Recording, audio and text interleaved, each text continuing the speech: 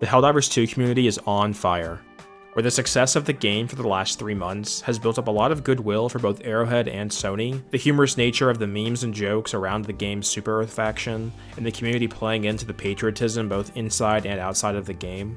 The low price of entry at just $40, the game's earnable in-game microtransaction currency, the cheap cost of those microtransactions, and the addition of free content and updates, Helldivers 2 up to this point has been a guaranteed Game of the Year nomination. In many ways, the theme of this year has been with the likes of games like Helldivers 2, Manor Lords, and Palworld, that these great games at attractive prices, with all the fat and excess that normally accompany AAA games removed, can be successful, and in some cases, more successful than a lot of the AAA games we see over the last year.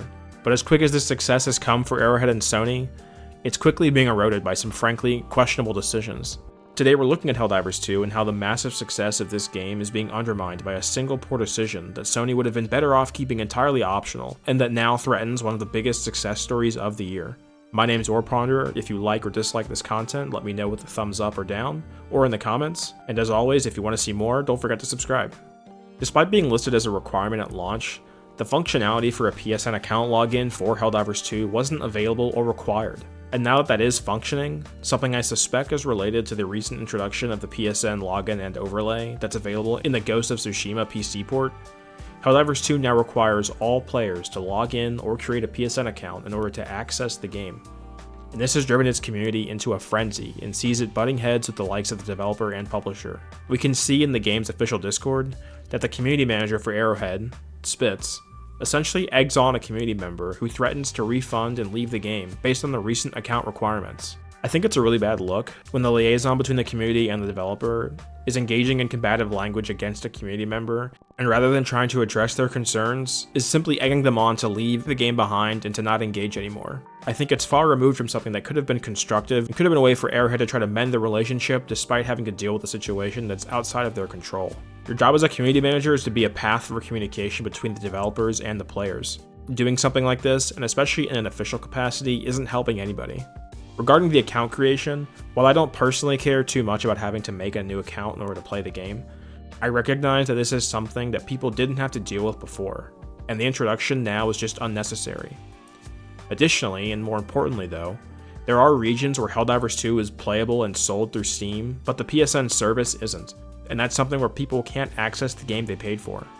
So the new requirement is now locking them out of their purchase, and unless Sony removes the requirement to make a PSN account, they simply can't play the game they purchased.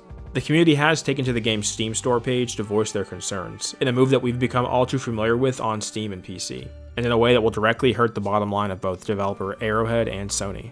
The game sits at a mixed review score right now, but it's probably going to be negative, or overwhelmingly negative, the longer this goes on unanswered, and I suspect that this will be the case. The CEO of developer Arrowhead did directly address the issue, but was more or less just apologizing for something outside of their control. Quote, "Well, I guess it's warranted. Sorry everyone for how this all transpired. I hope we will make it up and regain the trust by providing a continued great game experience. I just want to make great games." It's pretty obvious this is not up to Arrowhead and not their call, and they probably would never have tried to make this a requirement to access their game if it had been up to them. It's entirely Sony's doing. People are actively trying to refund the game on Steam, and it's unclear given how long it's been since launch if Steam will even grant them the refunds. But it's just a sad situation all around, as the core issue here isn't that the game isn't good, because it is. It's fantastic, and does a lot of things right with respect to pricing and monetization, where so many games get it wrong. It's clearly just that Sony wants more control of the environment in which people play their games, whether it's to include these players in their monthly active user metrics, or for future integration of the PSN. The core issue here though I think is friction. Friction between the players who want to engage with the games and the publishers of said games. And that's a theme we've seen across the industry, from the likes of different publishers having their own launchers that make you log in the form of EA Play, Origin, or Blizzard's Battle.net, or in the case of entirely new storefronts like the Epic Games Store. And we've seen how these have negatively affected the sales of games. We saw for years just how annoying it was to have to constantly sideload the launchers from games from Blizzard and EA and Ubisoft.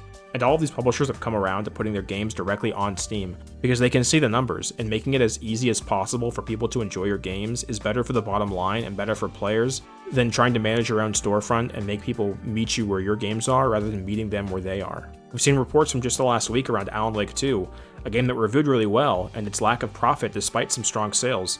And part of that is owed to the fact that on PC, it's only available on the Epic Games Store and not on Steam.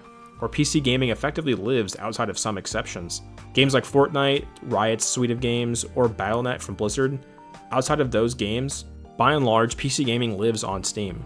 Alan Wake 2 is an example of a high-profile game that reviewed really well but isn't seeing the revenue they want to see because they caused friction between their core audience and the potential audience that would have purchased the game in the way in which they could engage with the content, in this case, only directly through the Epic Game Store.